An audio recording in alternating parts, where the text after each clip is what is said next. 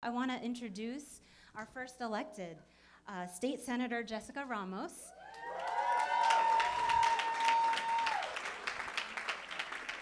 Jessica represents the New York District 13. She was born here in Elmhurst, Queens, to undocumented seamstress and a printing pressman.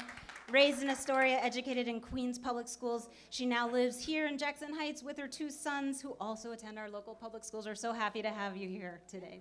Thank you. Hello, District 13. How are you? I am so happy to be home. I don't know if you guys are following me on social media, but I have spent the last 2 weeks in Albany fighting for a budget that reflects our needs. It's been a really tough process, but we were able to get $1.2 billion in our one House budget in the State Senate for foundation aid. It's a major, major achievement. It's the first year that both houses, both the State Senate and the Assembly, are including foundation aid funding in our one House budgets. Governor Cuomo has never seen pressure like this.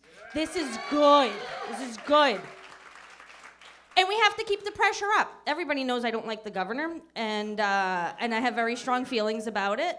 But the fact of the matter is, there is a real need in our public schools. And this is something that I know personally. Tomas here is in kindergarten. Benjamin here is in second grade. They both attend PS 69, a school that is fantastic. And I do want a slight disclaimer. I really don't like, I was gonna say the H word, I really don't like when people say that our public schools are bad. Our public schools are not bad, okay? Our public schools need improvement, yes. We have great public schools in this district and across the city. And it's on us to make sure that we're fighting for them. Look, aside from the foundation aid funding, we early on in the legislative session made sure that we were putting forth some APPR reform. Thank you, honey. In order to make sure that testing is not as connected to teacher evaluations. I really hope I will see the day when all testing will be eliminated. I am very much a member of the Diane Ravitch School of Thought, and I do plan to opt out my children when the time comes. But at the state level, there are many reforms that we've talked about that I'm actually a co-sponsor of. Our new curriculum that we're fighting for to ensure that Black, Latino, and Native American stories are actually being told. I have to tell you, I'm close to being 34 years old now. I have hardly ever seen someone who looks like me in a textbook, right? He's about to be 6. It's true, but the fact of the matter is, we need to start thinking about how we're putting education first in this state, and education that is responsive to our kids' needs. I don't like charter schools either. I actually ran and won on a platform that I think. Make sure that we're prioritizing our real public schools. I mean, Diane Ravitch rattled off a list of really good reasons why charter schools are not public schools, but I think there's one more, and one that is very critical. Charter schools don't open up their books.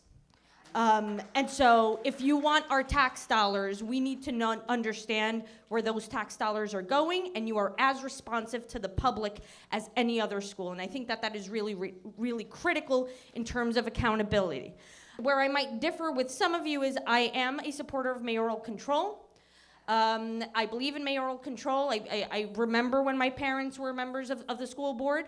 But I do support increased governance and making sure that there is more accountability when it comes to how our mayor and our chancellor talk to and consider parents' voices. And that's really, really critical, and something that we are fighting for in the budget. It's an uphill battle, but nevertheless, I think that we're doing as best as we can to right the ship.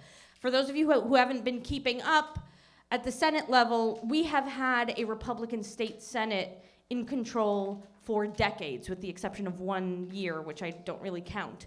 But it means that we have a lot of work to do. For a long time, this hasn't been a priority. Bilingual education hasn't been a priority. And we all know, especially in a district like ours, bilingual education is a must. Bilingual education is a must.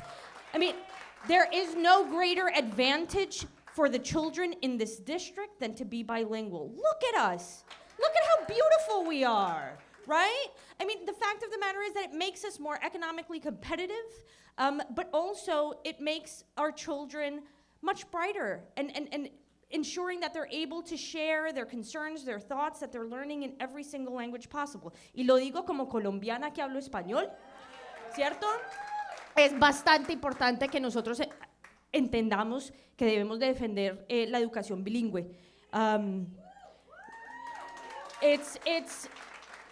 It's really important, and I'm just glad that everybody's here and that we're talking about this today, because Jackson Heights really is a magnificent place that I think the world should emulate.